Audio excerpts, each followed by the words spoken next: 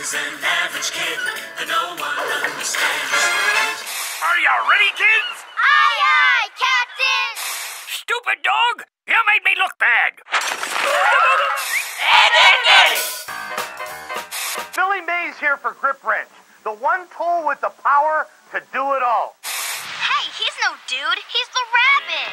I know, and tricks are for kids. New AOL version 7.0. You've got mail.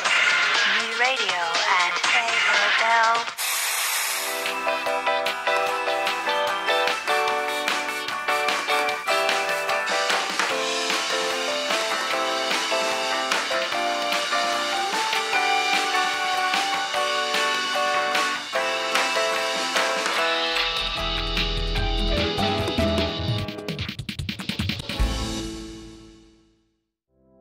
Welcome to Time Traveller Ironman. This is a series where I try to complete all of the content in RuneScape's development history on a month-to-month basis. When I complete all of the content in the month I'm currently in, I unlock the next month and get to do it all over again. If you're new, I highly recommend starting from the beginning of the series by clicking the playlist link below in the description.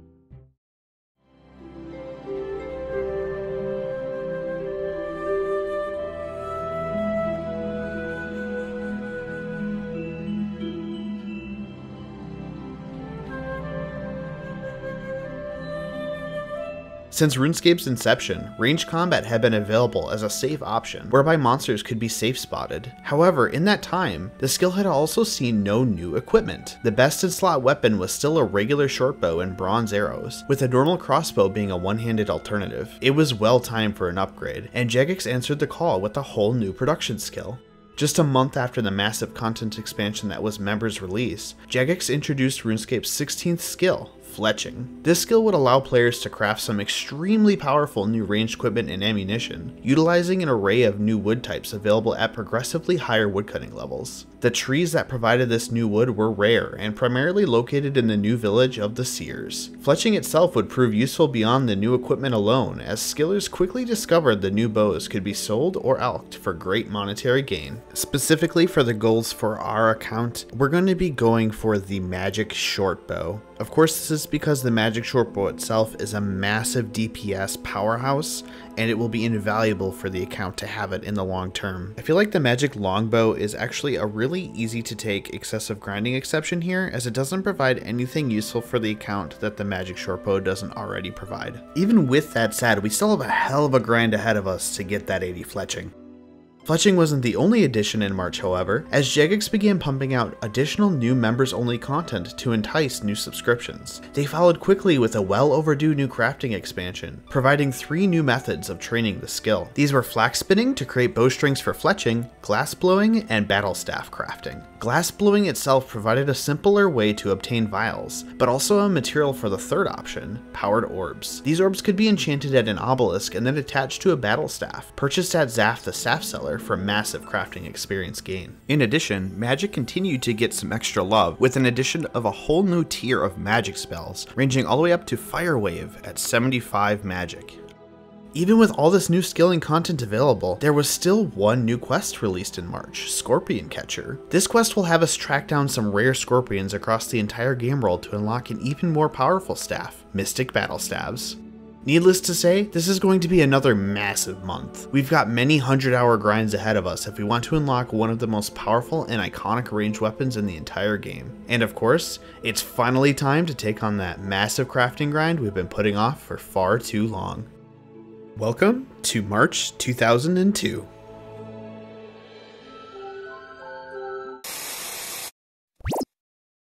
Hello and welcome to March of 2002. I am so excited to jump into this month, but we've got 2 daunting grinds ahead of us and we should just go ahead and get started. So I'm actually going to go ahead and start with the Fletching Grind, which isn't going to be super interesting, but it will at least be really relaxing, as most of the time it's just going to be spent woodcutting, so that'll be pretty nice. But I actually want to start off my Fletching Grind in a little bit of a non-standard way. I want to start off by mining and smithing 15,000 steel arrowheads. This might seem like a pretty inefficient way to get fletching experience, but since bows are the only form of ranging for at least another 4 years, I feel like it would be extremely handy to have a large stack of decent arrows, and steel seemed like a good midpoint to look for. It'll also be a massive amount of fletching experience, and that'll help a ton on the way to 80, as the low level bows don't give you very much money or experience at all. So that said, I will be here until I get 1000 iron ore. See you in a little while.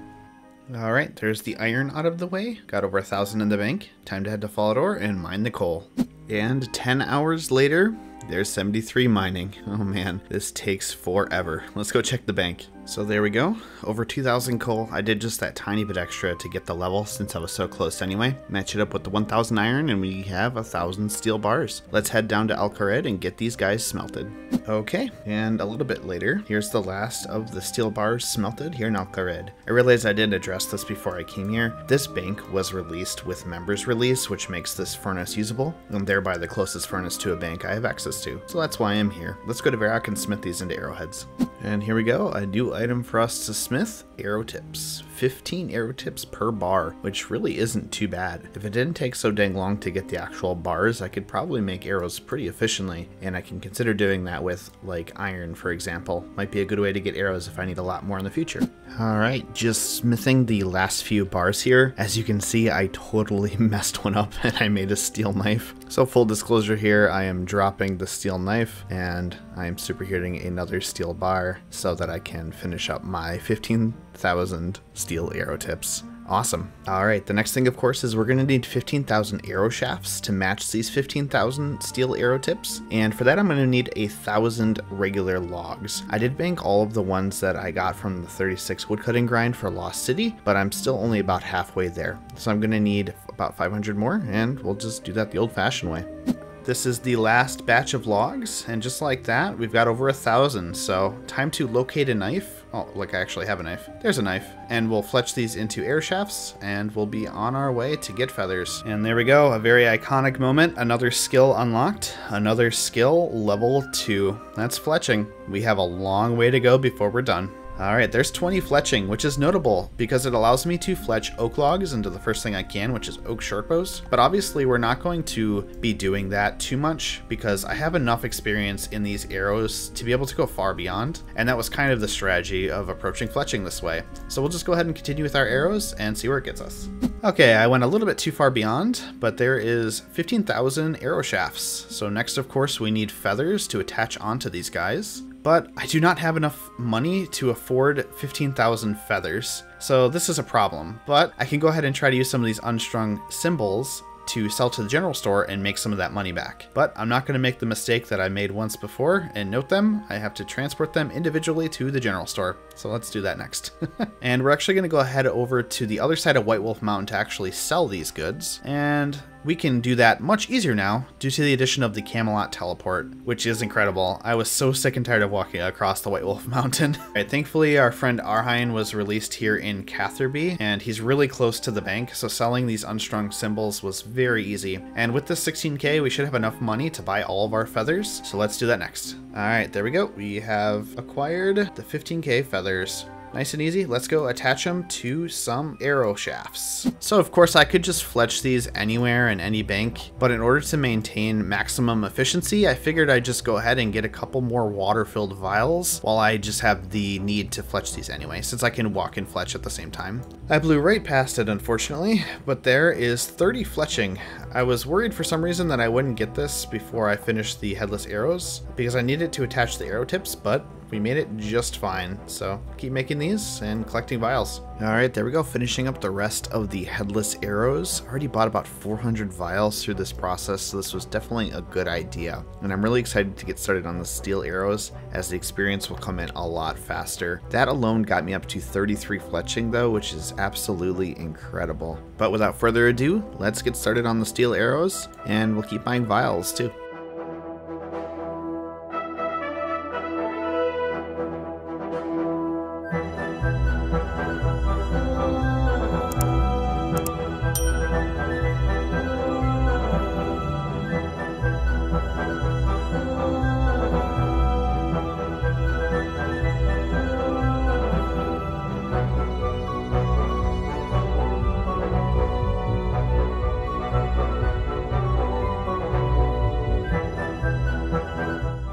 I think I forgot to call this out and I blew right by the levels, but I actually got 40 fletching, which means I can make willow short bows and willow long bows, which is another milestone and definitely great to have. Alright, this should be our last trip of vials. With this, I can finish the rest of the steel arrows on the way to the bank, and that'll be 15k steel arrows. These will be incredible for range training coming up. And not only that, but I'm pretty sure with the range unlocks we'll be getting this month, range will be the best DPS I have against low defense monsters by far for a long time. So it will be extremely handy to have a giant stack of decent arrows like this. Definitely glad I knocked this out of the way. Got 49 fletching right off the bat from it, but of course we have a long way to go on that.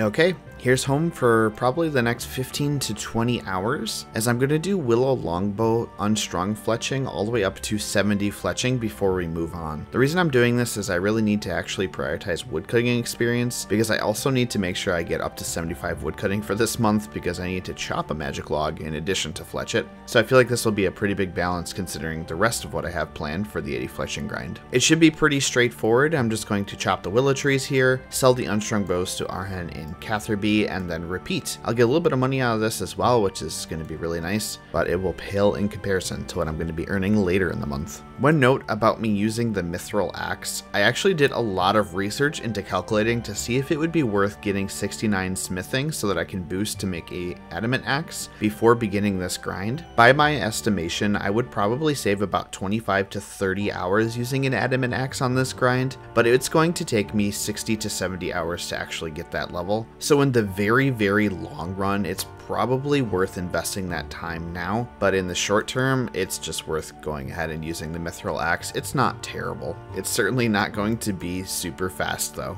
Overall though, I'm definitely looking forward to this grind. It's going to be incredibly AFK and incredibly chill, which is something that I haven't been able to do since the fishing grind on this account, which was a long time ago already. So all that said, I will see you in a while with some updates, I'm sure. Of course, the first level of many on this grind, 50 fletching. That actually allows me to make maple short bows, but I'm not going to make any maple bows at all. I don't really think it's worth it, as I'm going to be rushing 70, and willows will be quite a bit faster. And boom, 60 wood cutting done. We can now cut yew trees, but we won't be cutting them for quite a while. Probably about 12 hours in total now, so have a long way to go. That's only about 20%. I was literally just talking about this in the Discord. Something decided to follow me while I was woodcutting. We got the beaver. Gosh dang it. So if you're not aware why this is such a big deal, in the original series rules, I actually noted that if I were to get a skilling pet before their OSRS release date, I would have to release it. And I don't know if I want to anymore. So the clan is reasonably dead right now, but there are a few people here who saw the message of me actually getting the beaver because it's announced in the chat, and there's a lot of back and forth going on right now of whether or not I should actually release the beaver, but I think I'm going to hold on to it till the stream later this week, and we'll decide exactly what we're going to do with it, and it's probably going to be going bye-bye. We'll see what happens. So this level might not seem big on its own, just 65 woodcutting, not really a milestone for me at this point, but it does get me 1,000 total level. So I'm definitely going to be making my Ironman status permanent when I go back to Lumbridge, but it is still a huge milestone even without that. It's pretty nifty to think I've got 1,000 total with only 16 available skills. That's a pretty high average skill level, as you can see. And boom, a big milestone achieved. That's 65 fletching, which of course allows me to make yew short bows. If I was just going for base completion, this is probably be where I would stop, as that's a requirement for an upcoming quest to have a yew short bow, and this is the only way to get it. But because I'm going all the way to the best in slot, we still have a long way to go. Let me just pop open the bank here, and there he is. There's the the little guy. And we're gonna see what the fate of the beaver is. I can't clear it from the collection log, obviously, but I think I need to release it. It didn't exist. It didn't exist. So we're gonna figure out what we're gonna do with it. It definitely seemed like the chat's in pretty much consensus over here, though.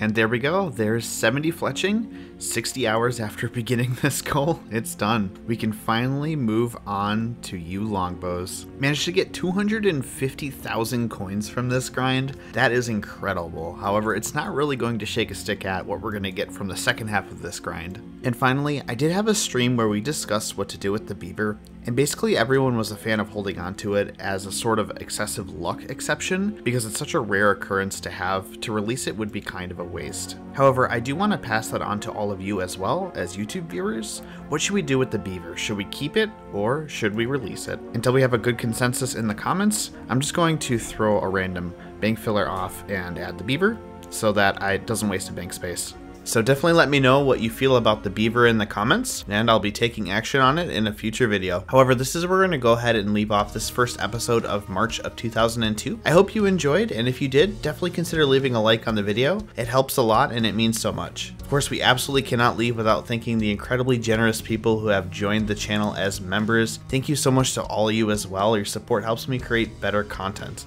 And an extra huge shout out to PT1 and One Killer who have taken on that top tier of channel membership. That's just incredible. You guys rock. That will end us for today. Take care everyone, and we will see you in the next episode of Time Traveller Ironman. Bye bye.